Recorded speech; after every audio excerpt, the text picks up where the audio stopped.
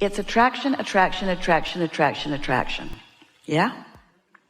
And your inner being is an attractor, attractor, attractor, attractor, attractor. Yeah?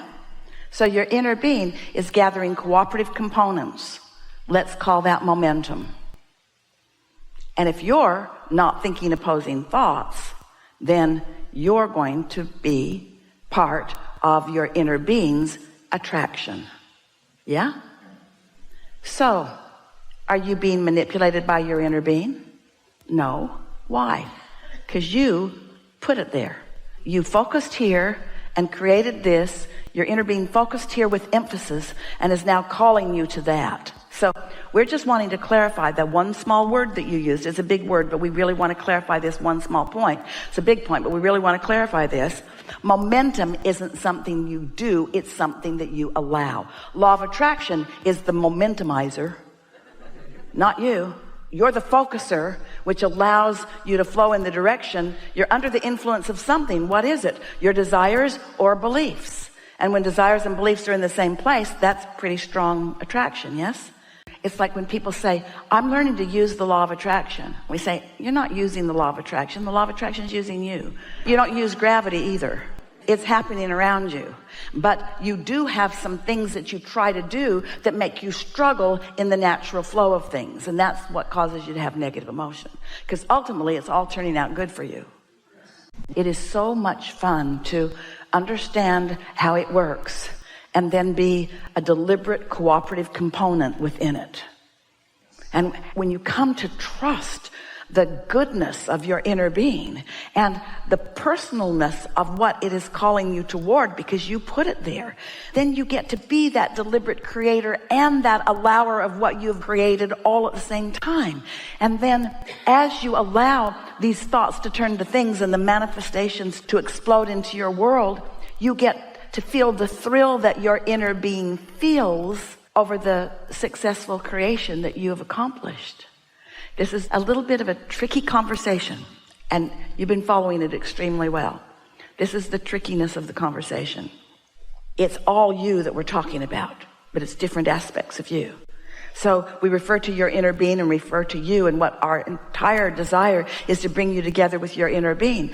But you said, well, I said that I would separate ever so slightly from what my inner being knows, and I would be the pioneer that would go out to discover new nuggets. So I'm branching out into a step one moment, and I'm finding something that I want.